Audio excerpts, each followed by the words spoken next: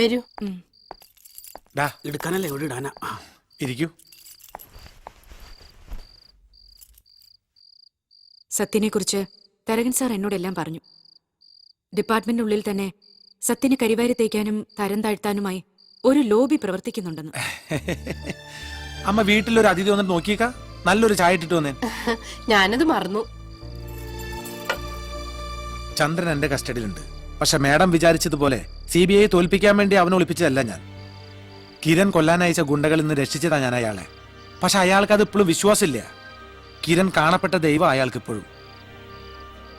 നാളെ തന്നെ ഞാൻ അയാളെ മാഡത്തിന് മുമ്പിൽ ഹാജരാക്കാം. I have enough evidences against you. So tell me, അന്ന് രാത്രി എന്താ സംഭവിച്ചത്? ജനാർദ്ദനൻ സാറും ഞാനും കൂടി അവിടെ ചെന്നപ്പോൾ കണ്ടത് ചോരയിൽ കുളിച്ചു കിടക്കുന്ന ആ ചെറുപ്പക്കാരനെയായിരുന്നു. അത് കണ്ട ഉടനെ സാറ് പുറത്തേക്ക് ഓടി. പക്ഷേ ഞാൻ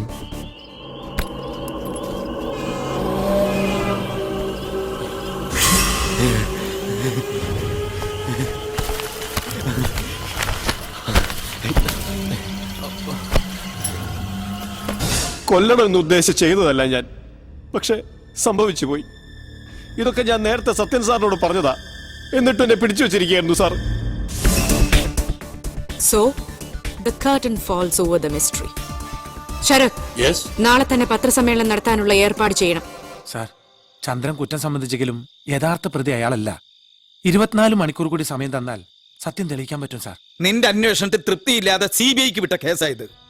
എന്നിട്ട് കേസ് തെളിയിച്ചതിന്റെ പകുതി ക്രെഡിറ്റും കേരള പോലീസിന് നൽകാൻ തയ്യാറായിട്ടാ നാളെ നമ്മളും CBIയും ചേർന്ന് ഒരു പ്രസ് മീറ്റ് വെച്ചിരിക്കുന്നത്. ശരിയാ, സമ്മതിച്ചു. മുമ്പൊരിക്കൽ ഞാൻ ഈ കേസ് തെളിയിക്കാൻ 7 ദിവസം ആവശ്യപ്പെട്ടതാ സാറിനോട്. ഇപ്പൊ ഒരു ദിവസം, ഒരേ ഒരു ദിവസം അതെനിക്ക്. സാറ് പറഞ്ഞാൽ നന്ദിനി വർമ്മ തയ്യാറാകും.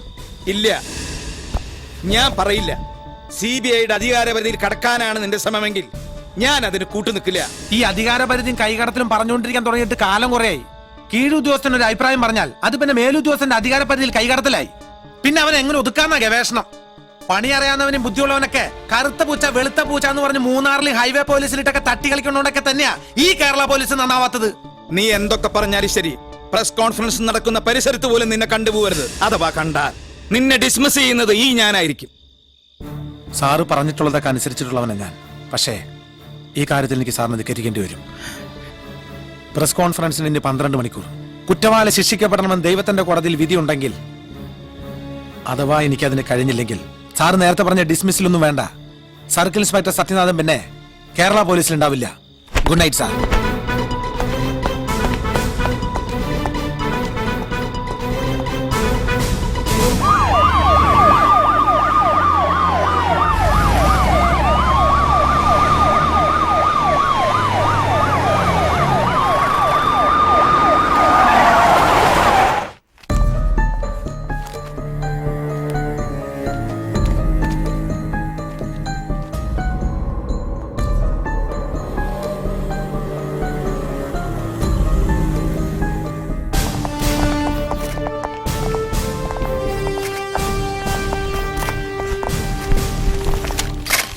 തികച്ചും അപൂർവമായ ഒരു മുഹൂർത്തത്തിലാണ് നാം ഇന്നിവിടെ സാക്ഷ്യം വഹിക്കുന്നത്.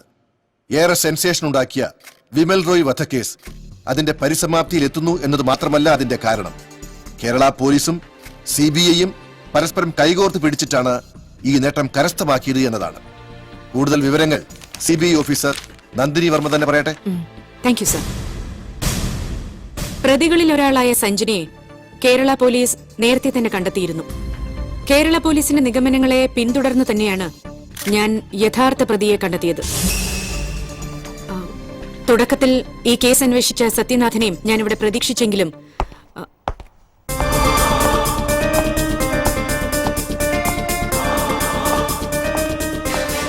Warm welcome mister Sathyanathan.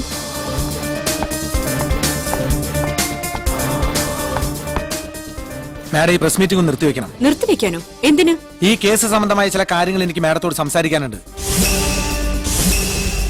ഇങ്ങോട്ട് വരരുതെന്ന് ഞാൻ ഇന്നലെ വാൺ ചെയ്തതാ. ഇല്ലാ കഥകളും പറഞ്ഞ് ഷൈൻ ചെയ്യാനാണ് ഉദ്ദേശമെങ്കിൽ അത് നടക്കില്ല. Please quit the place. Shine ചെയ്യാനായിരുന്നെങ്കിൽ ഈ പത്രസമ്മേളനം ഒരു ദിവസത്തേക്ക് മാറ്റിവെക്കണമെന്ന് സാറിനോടും മാഡത്തിനോടും റിക്വസ്റ്റ് ചെയ്യേണ്ട ആവശ്യമില്ലായിരുന്നു എനിക്ക്. അല്ലെങ്കിൽ മറ്റേതെങ്കിലും ഹാൾ ബുക്ക് ചെയ്ത് എനിക്ക് നടത്താമായിരുന്നു ഇതുപോലൊരു പത്രസമ്മേളനം. ഈ വൈകിയ വേളയിലെങ്കിലും എനിക്ക് പറയാനുള്ളത് കേൾക്കാൻ തയ്യാറായില്ലെങ്കിൽ ഇതെന്റെ രാജിക്കത്ത. ഇത് സ്വീകരിക്കാം സാർ. വേണ്ട സർ, സത്യനാഥിന് പറയാനുള്ളത് എന്താന്ന് വെച്ചാൽ അയാൾ പറയട്ടെ.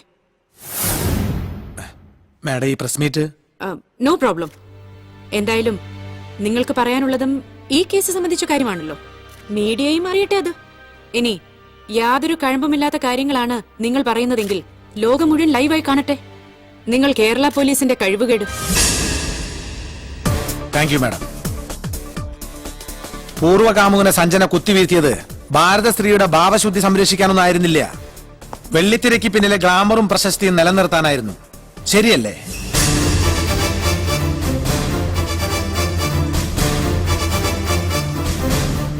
കാണാൻ കൊള്ളാവുന്ന പെമ്പിള്ളരെയെല്ലാം AC സൂട്ടിലെ തണുപ്പിൽ കമ്പിളിയാക്കണമെന്ന് ആഗ്രഹിക്കുന്ന മലയാളത്തിന്റെ സ്വന്തം യുവതാരം കിരൺ സഞ്ജനയുടെ മാനത്തിന് 10 ലക്ഷം രൂപ വിലയിട്ട് വന്ന് വിമലിനെ കൊന്ന് അവളുടെ സിനിമാ ഭാവി ഇല്ലാതാക്കണമെന്ന് ഇയാൾക്ക് തോന്നിയിരിക്കാം. സ്വന്തം നേട്ടങ്ങൾക്കായി ഭാര്യയെയും പെങ്ങളെയും അമ്മയെയും വരെ കൂട്ടിക്കൊടുത്തിട്ട് കിരണന്റെ സകല അവയവവും കഴുകി വെള്ളം കുടിക്കാൻ മടിയില്ലാത്ത ഈ ജനാർദ്ദനും ചെയ്തിട്ടുണ്ടാവാം ഈ മർഡർ. ഒട്ടും പ്രതീക്ഷിക്കാതെ 10 ലക്ഷം രൂപ മുന്നിൽ വന്ന് വീണതോടെ കൺട്രോൾ പോയ ഈ ചന്ദ്രനുമാവാം കൊലയാളി.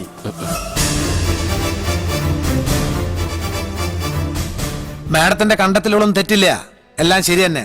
പക്ഷേ വിമലിന്റെ തല ഭിത്തിലൂടെ പോകുന്ന പൈപ്പിൽ ഇടിച്ചു എന്ന് ചന്ദ്രൻ സമ്മതിച്ച ഉടനെ അയാളെ പ്രതിയാക്കി കേസ് ക്ലോസ് ചെയ്യാൻ കേരള പോലീസിനും ആഭ്യന്തരമന്ത്രിയും കൂട്ടുപിടിച്ച് ഇങ്ങനെ ഒരു പത്രസമ്മേളനം വിളിച്ചു കൂട്ടുന്നതിന് മുമ്പ് മാഡം ചെറിയൊരു പോയിന്റ് ശ്രദ്ധിക്കണമായിരുന്നു. ആ പൈപ്പിൽ നിന്ന് 3 അടി, കൃത്യമായി പറഞ്ഞാൽ 3 അടി 2 ഇഞ്ച് മാറിയായിരുന്നു ഡെഡ് ബോഡി കടന്നിരുന്നത്. അന്നത്തെ ഫോട്ടോസ് പരിശോധിച്ചാൽ മനസ്സിലാവോ അത്. ഓ, ഇതായിരുന്നോ വലിയ കണ്ടുപിടുത്തം? എനിക്ക് നിങ്ങളോട് സഹതാപം തോന്നുന്നു മിസ്റ്റർ സത്യനാഥൻ. പൈപ്പിലിടിച്ച് വീണ വിമൽ മരണവെപ്രാളത്തിൽ പിടഞ്ഞിരിക്കാം. അയാൾ വീണെടുത്തു നിന്നും ഉരുണ്ട് നീങ്ങിയതാവാം ഈ പറഞ്ഞ 3 അടി 2 ഇഞ്ച് ദൂരം. ഓക്കെ, സമ്മതിച്ചു. അങ്ങനെയും ആവാം. പൈപ്പിലിടിച്ച് ഇടിയാണ് മരണകാരണമെങ്കിൽ അയാൾ വീണെടുത്ത് മുഴുവൻ ചോരപ്പാടുകൾ കാണേണ്ടതായിരുന്നു. എങ്ങനെയും പണവുമായി രക്ഷപ്പെടാൻ ഉദ്ദേശിച്ച ചന്ദ്രനിടിച്ച ഇടി ഒരാളുടെ തലയൊട്ടി പിളർക്കാനും മാത്രം മാരകമാവില്ല മാഡം. അത്ര ഫോഴ്സിലാണ് ഇടിച്ചെങ്കിൽ തന്നെ തുരുമ്പ് പിടിച്ച ആ പൈപ്പ് തകർന്ന് തരിപ്പണമായി പോയി തന്നെ. എന്താ മാഡം, ഇപ്പോഴും എന്നോട് സഹതാപം തോന്നുന്നുണ്ടോ? ചന്ദ്രനെ നേരത്തെ എന്റെ കയ്യിൽ കിട്ടിയതുകൊണ്ട് ഇയാളുടെ മൊഴിയിലെ പ്രശ്നങ്ങൾ എനിക്ക് ബോധ്യമായിരുന്നു.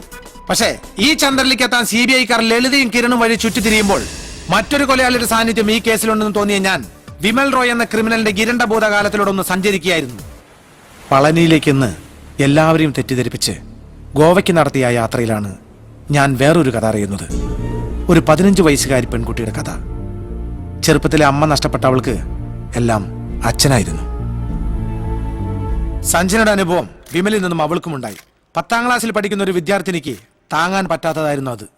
പരീക്ഷ ഹാളിൽ നിന്നും മാനസിക നില തെറ്റി നിലവിളിച്ചു കൊണ്ടോടിയ ആ പെൺകുട്ടിയുടെ ചിത്രം മനസ്സിൽ നിന്നൊരിക്കലും മായില്ലെന്ന ഗോവയിൽ അവൾ അധ്യാപകർ എന്നോട് പറഞ്ഞത്. കാരണം എല്ലാ ക്ലാസ്സിലും അവളായിരുന്നു അവരുടെ റാങ്ക് ഹോൾഡർ. ഓക്കെ, സമ്മതിച്ചു. പക്ഷേ ഇതൊക്കെ എന്തിനാ ഇപ്പൊ പറയുന്നതെന്നാ എനിക്ക് മനസ്സിലാവാത്തത്. ഞാൻ പറയട്ടെ മാഡം, കൊല ചെയ്തത് ആരായാലും വിമൽ കൊല്ലപ്പെട്ട രാത്രി പരിഭ്രാന്തിയോടെ ഹൈവേയിലെത്തിയ അയാൾ ചരക്കിറക്കി മടങ്ങിയ ഒരു ലോറിയിൽ കയറി കോയമ്പത്തൂരിൽ ഇറങ്ങി. വൈകിട്ടത്തെ തമിഴ് പത്രത്തിലും പിറ്റേന്നത്തെ പാലക്കാട് എഡിച്ച മലയാള പത്രങ്ങളിലും വിമലിന്റെ മരണവാർത്ത കാണാതെ വിമൽ മരിച്ചിട്ടില്ല എന്ന് പരിഭ്രാന്തിയോടെ അയാൾ വിമലിനെ തേടി വിമൽ താമസിച്ചിരുന്ന ലോഡ്ജിൽ വീണ്ടും എത്തി. ആര്? ഞാൻ പറഞ്ഞ കഥയിലെ പെൺകുട്ടിയെ ജീവന് തുല്യം സ്നേഹിച്ച അവൾ സ്നേഹിച്ച ഒരാൾ. അയാളാണ് ഈ കൊലപാതകത്തിന് പിന്നിൽ.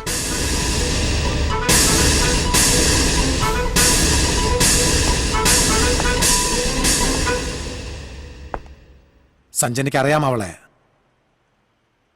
ആ കുട്ടിയുടെ പേര് സുനൈന എന്നാണ്.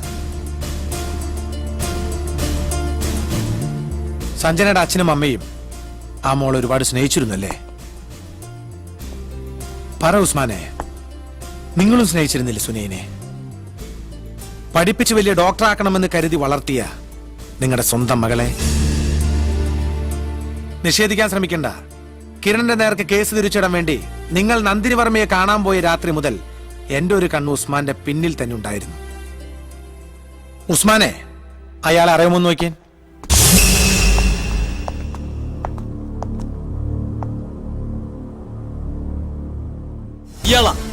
ഇയാളാ 2 തവണയും വിമൽ അന്വേഷിച്ച് ലോഡ്ജിൽ വന്നത്.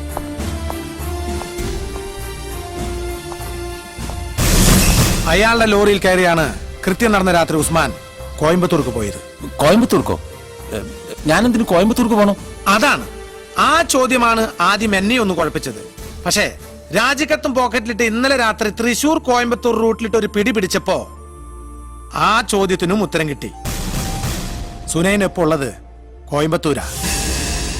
കൃത്യമായി പറഞ്ഞാൽ സിറ്റി ബോർഡറിലുള്ള സെന്റ് മേരീസ് മെന്റൽ ഹോസ്പിറ്റലിൽ.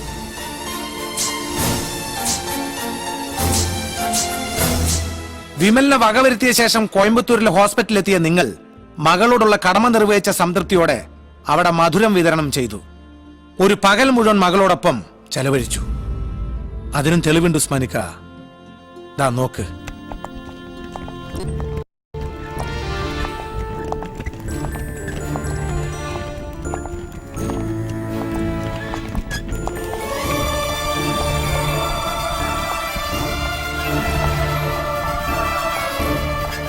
മോളെ